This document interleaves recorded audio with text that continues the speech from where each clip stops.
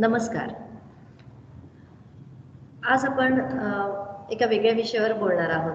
सर्वप्रथम मी माझी ओळख करून देते.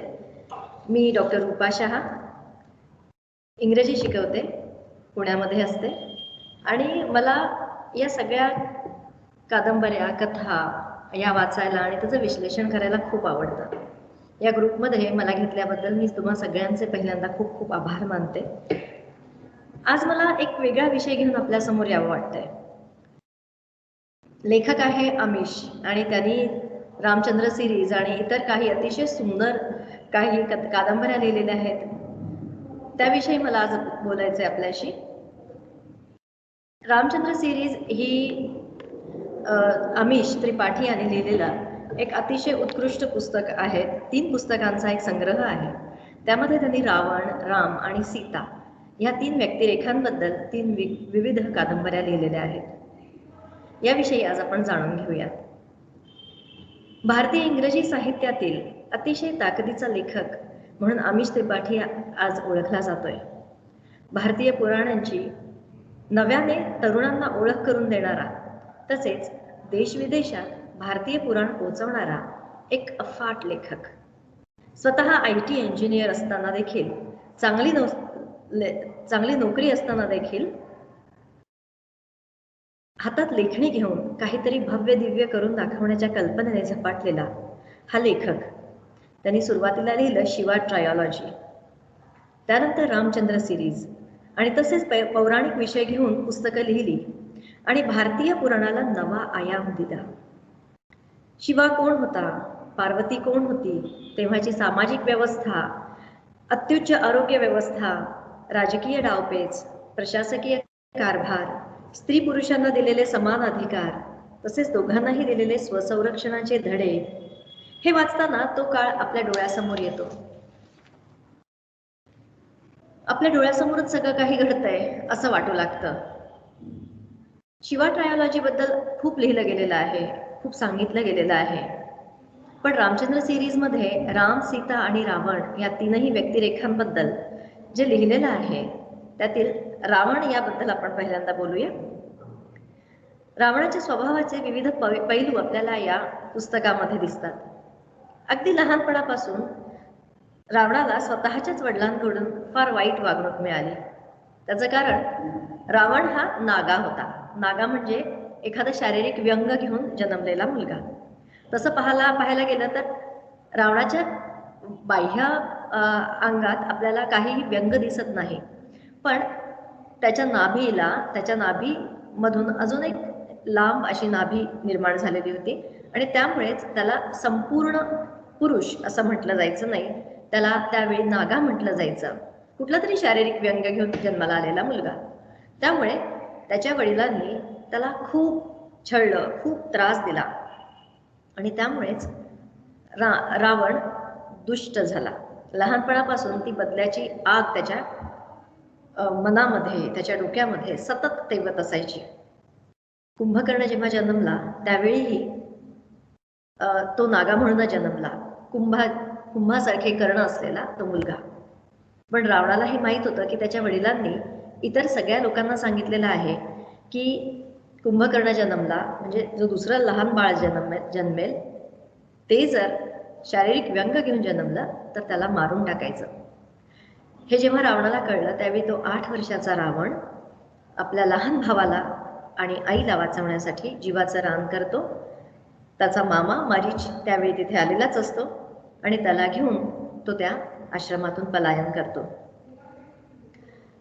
पुढे जन्मभर कुंभकर्ण आणि रावण एकमेकांशी घट्ट जोडले जातात. रावणाच्या आयुष्यात वेदवती नावाची एक अतिशय सुंदर आणि अतिशय मनाने चांगली असलेली एक मुलगी येते.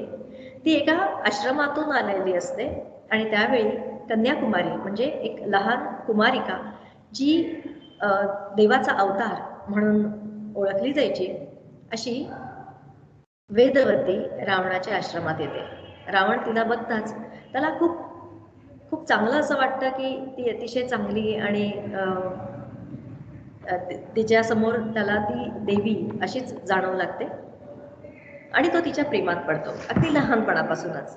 ती जे म्हणेल तसं तो करायचा.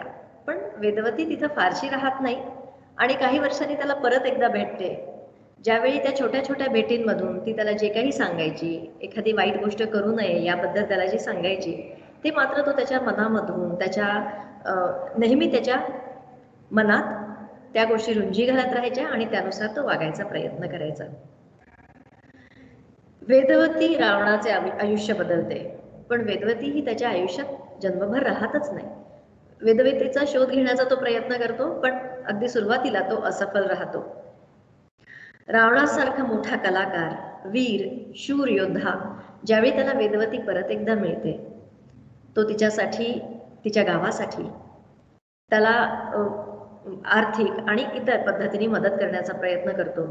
त्यावेळी वेदवती गरोदर असते आणि तिचा पती पृथ्वी आणि वेदवती हे एका गावामध्ये राहून त्या लोकांचं कल्याण करण्याचा प्रयत्न करत असतात. आणि त्यावेळी रावण तिथे जाऊन तिला ओळख न देता तिच्या त्या कार्यात मदत करतो. यावेळी मात्र रावण अतिशय बदललेला असतो आणि एक अतिशय थोर पुरुष, तो तर विद्वान होताच, शूर होताच, पण एक अतिशय चांगला पुरुष म्हणून तो पुढे येईल असं ज्यावेळी चित्र आपल्या समोर येतं, त्याच वेळी वेदवतीचा मृत्यू होतो. अतिशय दुर्दैवी तिचं खून केला जातो आणि त्यावेळी मात्र वेदवतीच्या मृत्यूने सैरभैर झालेला हा रावण परत एकदा दुष्टपणा आणि तिचा बदला घेण्याच्या साठी म्हणून तो लोकांना मारायला आणि त्या लोकांचा बदला घेण्यासाठी म्हणून कत्तल करायला सुरुवात करतो. वेदवतीच्या मृत्यूने सैरभैर झालेला हा रावण बघून वाचकांच्या डोळ्यात पाणी येतं. पुढे आर्यवर्ताला जिंकून तेथील लोकांवर अत्याचार करून रावण आपल्या वडिलांचा बदला घेण्याचा प्रयत्न करतो. लंकेतील कुबेराला धूर्त डावपेचांनी हरवून त्याचे पुष्पक विमान तसेच राजप्रसाद ताब्यात घेतो. दशरथाला हरवून भारतवर्षावर राज्य करण्याचा अतिशय सफल प्रयत्न करतो. सीतेच्या स्वयंवरात अपमानित झाल्यावर मिथिलेवर हल्ला करतो. पुढे अनेक वर्षांनी जेव्हा सीतेला पळवून देतो आणि सीतेला प्रत्यक्ष पाहतो, त्यावेळी त्याला लक्षात येतं की सीता ही दुसरी तिसरी कोणी नसून वेदवतीची मुलगी आहे. हे जेव्हा त्याला कळतं त्यावेळी तो अतिशय भावुक होतो. रावणाचे अनेक माहीत नसलेले पैलू आपणास समजतात. एक चक्रवर्ती आणि शूर योद्धा, त्या युद्धाचा दुर्दैवी अंत त्याच्या अतिद्वेषामुळे, लोभामुळे आणि त्याच्यात सतत धगधगणाऱ्या बदल्याच्या भावनेतून होतो.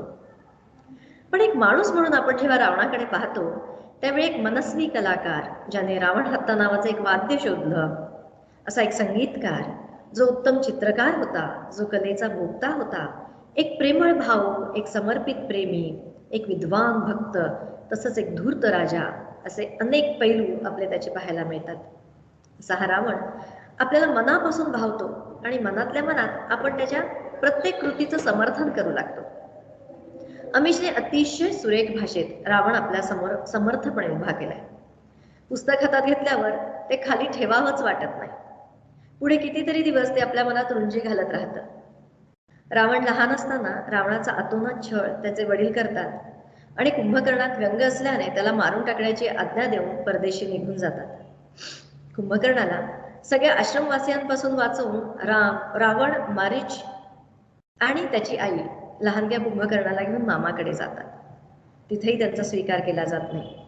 खूपच अपमानास्पद जीवन जगत रावण जगाला सामोरं जातो आणि मग तो जगायला शिकतो.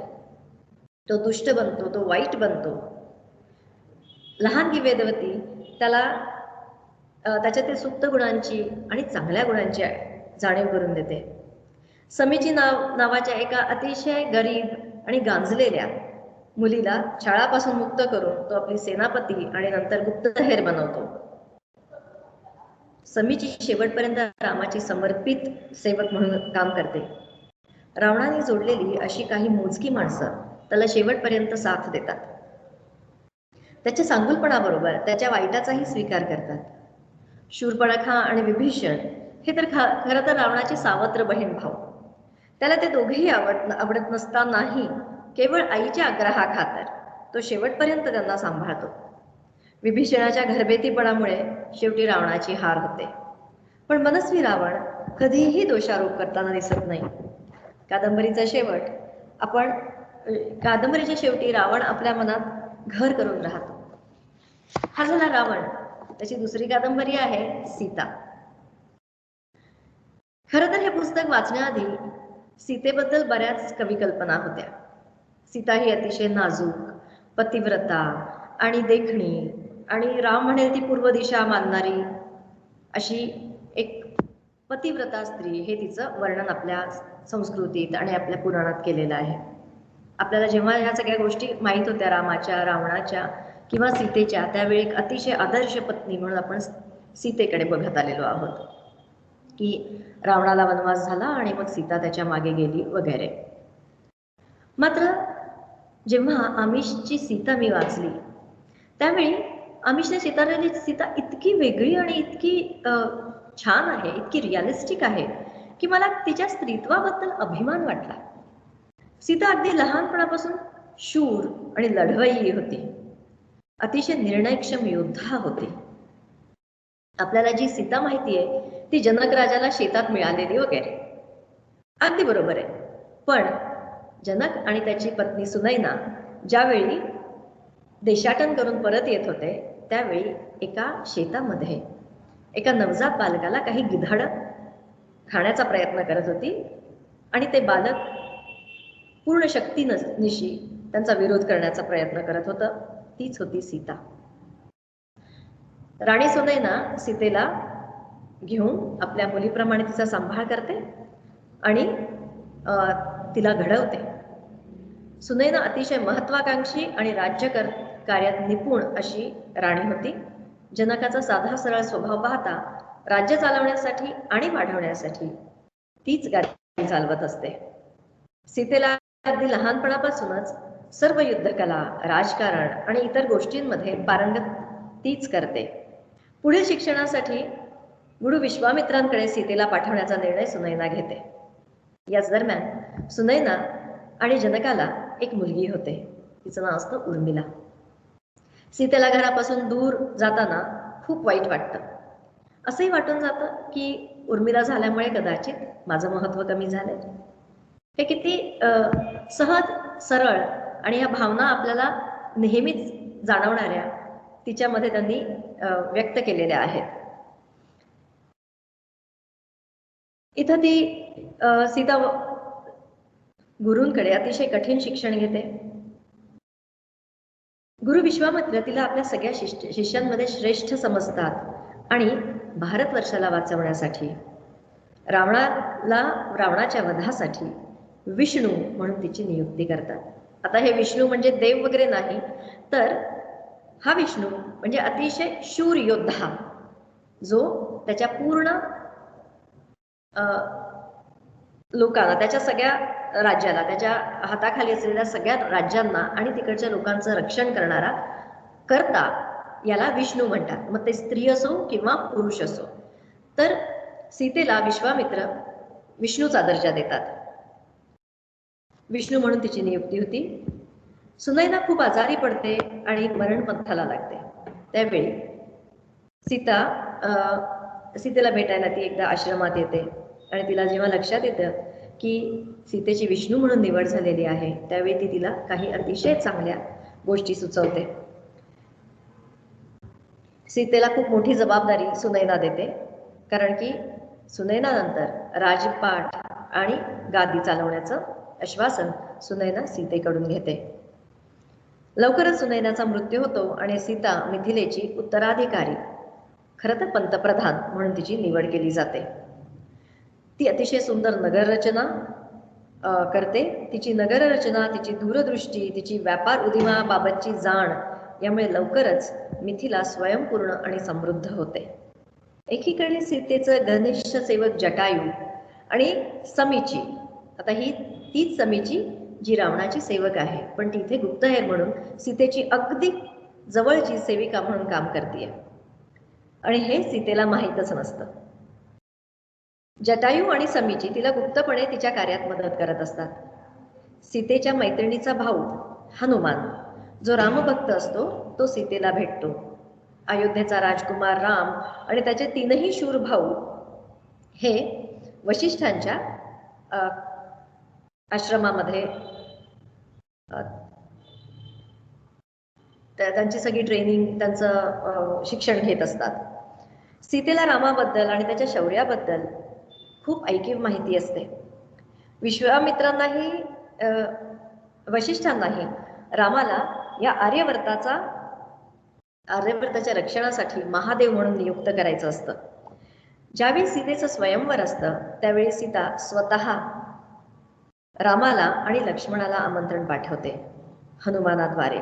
आणि ज्या दिवशी स्वयंवर असतं त्याच्या आदल्या दिवशी जेव्हा सीता, लक्ष्मण, राम आणि उर्मिला भेटतात त्यावेळी प्रथम दर्शनीच राम सीता एकमेकांच्या प्रेमात पडतात.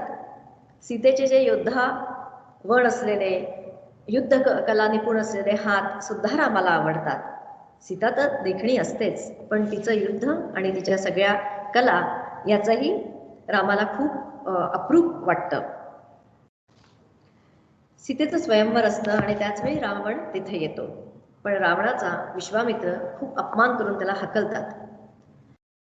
रावण त्यावेळी सीतेला बघत नाही, पण बदला म्हणून 10,000 सैनिक घेऊन तो दुसऱ्या दिवशी मिथिलेचा नाश करण्यासाठी म्हणून युद्ध पुकारतो. त्याच वेळी राम आणि सीता ब्रह्मास्त्र किंवा असुरास्त्र याचा वापर करतात आणि त्याचा हल्ला परतवून लावतात, त्याला हरवतात आणि रावण तिथून पलायन करतो. पण ह्या असुरास्त्राचा वापर केल्यामुळे तो वापर राम करू शकत नसतो, कारण त्यांच्या त्या युद्धकलेमध्ये आणि त्यांच्या आश्रमामध्ये त्यांना तो वापर करण्यास, त्यांच्या गुरुच्या परवानगीशिवाय वापर करण्यामध्ये बंदी असते. त्यामुळे शेवटी असं केलं जातं की त्याला एक शिक्षा घेणं भाग असतं आणि ही शिक्षा म्हणजे 14 वर्ष वनवास. सीता आपल्या राज्याची सगळी व्यवस्था, मिथिलेची सगळी व्यवस्था उर्मिलेकडे देते. राम, सीता आणि लक्ष्मण तिघजण 14 वर्ष वनवासाला जातात. इथे शत्रुघ्नाकडे राज्यकारभार सोपवून राम निघून जातो. पण शत्रुघ्नाकडे राज्यकारभार देणं हे कैकेयीला मान्य नसतं, म्हणून भरताकडे तो राज्यकारभार येतो. रावणाला कळते की राम हा विष्णू आहे किंवा महादेव आहे, जो त्याला त्याच्या आश्रमामधून किंवा भारतवर्षाने त्याचं निवड केलेली आहे असुरांना मारण्यासाठी किंवा देशाला तारण्यासाठी. म्हणून तो असा विचार करतो की त्याच्या पत्नीचं जर आपण अपहरण केलं तर तो बरोबर आपल्या पायाखाली येईल आणि परत एकदा भारतवर्षावर आपली पकड नीट होईल. त्याच्यासाठी म्हणून या 14 वर्षाच्या वनवासामध्ये असताना तो शूर्पणखेला तिथे पाठवतो त्यांच्या आश्रमामध्ये. शूर्पणखा तो शोधून काढते आणि शूर्पणखा त्यांच्या आश्रमात जाऊन त्यांना फसवण्याचा आणि सीतेला मारण्याचा एक विफल प्रयत्न करते. पण त्या झटापटीत लक्ष्मण तिचे नाक कापतो. हे ऐकून रावण द्वेषाने त्यांचा शोध घेतो. सीता रावणाच्या सैनिकांशी शूरपणे लढते, पण जटायूला वाचवण्यासाठी म्हणून ती जेव्हा मैदानात येते त्यावेळी मात्र अनेक सैनिक तिला घेरून तिला बेशुद्ध करतात आणि तिला पुष्पक विमानात ठेवून पळवून नेतात. ज्यावेळी राम आणि लक्ष्मण शिकारीसाठी दूरवर घनदाट अरण्यात गेलेले असतात. पण सीतेच्या हाका ऐकून राम आणि लक्ष्मण ज्यावेळी पळत येतात त्यावेळी ते जागीच थिजतात, कारण सीतेचं अपहरण झालेलं असतं आणि दूरवर त्यांना आकाशामध्ये पुष्पक विमान दिसत असतं. रावणाला खूप एक उत्सुकता असते की सीता कशी दिसते, काय आहे बाबा या सीतामध्ये की सगळेजण अगदी तिचं इतकं कौतुक करतायत. ज्यावेळी सीता त्या पुष्पक विमानात बेशुद्ध अवस्थेत असते त्यावेळी जेव्हा तो तिचा चेहरा बघतो त्यावेळी त्याला अतिशय मोठा धक्का बसतो, कारण ती सीता वेदवतीची मुलगी असते. आणि या ठिकाणीच त्यांनी अमिशनी ही कादंबरी संपवलेली आहे. यातून त्या काळातील स्त्री स्वातंत्र्य, तिला मिळालेले सक्षम शिक्षण, तिचा सामाजिक दर्जा, ह्या सगळ्या गोष्टी त्यांनी इतक्या चांगल्या सांगितलेल्या आहेत की हे सगळं बघून आपल्याला थक्क व्हायला होतं. एक पौराणिक आणि श्रद्धा ठेवून ऐकलेली कथा आणि एक डोळसपणे तो काळ आपल्या समोरून जातोय अशी कथा, यातला फरक अगदी स्पष्टपणे जाणवतो. आणि अनेक न सुटलेल्या प्रश्नांची उत्तरं आपल्याला ह्या कादंबरीतून मिळतात. या तीनही कादंबऱ्या, राम, रावण आणि सीता, यांचा अंत त्यांनी एकच ठेवलेला आहे. त्याचा शेवट सीतेचे अपहरण हेच आहे. पण ते इतकं सुंदर आणि सुरेख त्यांनी त्या सगळ्या व्यक्तिरेखा रंगवल्यात. त्यावेळेचं सामाजिक, सांस्कृतिक, राजकीय असं सगळं वातावरण त्यांनी अतिशय सुंदर पद्धतीने तिथं सांगितलेलं आहे. आता आपण या रामचंद्र सिरीज मधलं पहिली कादंबरी राम याविषयी बघणार आहोत. राम हा इक्ष्वाकूंचा वंशज होता. अमिशच्या रामचंद्र सिरीज मधलं खरं तर हे पहिलं पुस्तक. आपण रामाला आदर्श राजा, रामराज्य म्हणजे आदर्श राज्य चालवणारा एक दूरदर्शी राज्यकर्ता म्हणून ओळखतो. तर रामाची अनेक भजनं आहेत. रामाला आपण देव मानतो. रामाची अनेक मंदिरं आपल्याकडे आहेत. राम का गुणगान करिये, राम प्रभू की भद्रता का सभ्यता का ध्यान धरिये, असं आपल्या अनेक भजनांमध्ये आपण म्हणतो. हे सुप्रसिद्ध भजन ऐकून खरोखरच राम आणि त्याचे आदर्श जीवन याविषयी अभ्यास करावा वाटतो आपल्याला.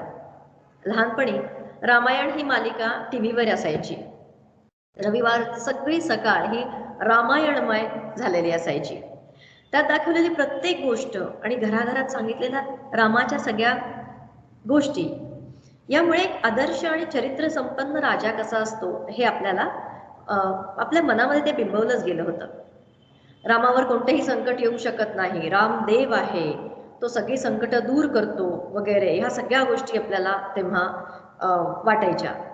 तो देवाचा अवतार आहे, तो सगळ्या दुर्जनांना, सगळ्या राक्षसांना मारून टाकू शकतो वगैरे. जरा मोठं झाल्यानंतर, थोडं समज आल्यानंतर, सीतेची अग्निपरीक्षा रामाने का घेतली, तिला आश्रमात का टाकलं, असा राजा आदर्श म्हणावा का, असे सगळे प्रश्न एक स्त्रीवादी म्हणून, फेमिनिस्ट म्हणून बऱ्याचशा लोकांना, बऱ्याचशा स्त्रियांना पडू लागले. अमिशने लिहिलेल्या राममध्ये रामाच्या स्वभावाचे विविध पैलू तर बघायला मिळालेच, पण राम हा देव नसून एक आदर्श पुरुष आणि एक अतिशय शूर योद्धा कसा होता ह्याचं वर्णन जास्त चांगल्या प्रकारे दिसून आलं. एक आदर्श, शूर आणि तरीही तत्वनिष्ठ राज्यकर्ता कसा असतो, कसा होता, याचं उत्तर आपल्याला मिळतं. तर आज पाहूयात अमिशच्या लेखणीतून राम. अमिशने लिहिलेल्या राममध्ये अयोध्येचा राजा आणि सप्तसिंधूचा सम्राट दशरथ लंकेच्या सर्वेसर्वा कुबेर याच्या व्यापाराच्या जाचकाठी मानत नाही आणि त्याच्या विरुद्ध युद्ध पुकारतो. परंतु लंकेचा युद्धकुशल सेनापती रावण त्याला धूळ चारतो आणि दशरथ कसाबसा जीव वाचवून त्याच्या पत्नीबरोबर म्हणजे कैकेयी बरोबर पळून जातो. त्याचा जीव वाचवण्यासाठी कैकेयीचा मोठा हात असतो आणि त्यामुळे दशरथ तिला 3 वरदान मागण्याचं स्वातंत्र्य देतो. त्याचवेळी अयोध्येत दशरथाच्या पहिल्या पत्नीला कौशल्येला पुत्र होतो, तोच हा राम. परंतु दशरथाची हार आणि रामाचा जन्म या गोष्टींची सांगड घालून रामाचे अस्तित्व कसे अपशकुनी आहे असे दशरथाच्या मनात भरवले जाते. पुढे इतर दोन्ही राण्यांना शत्रुघ्न, लक्ष्मण आणि भरत नामक पुत्र होतात.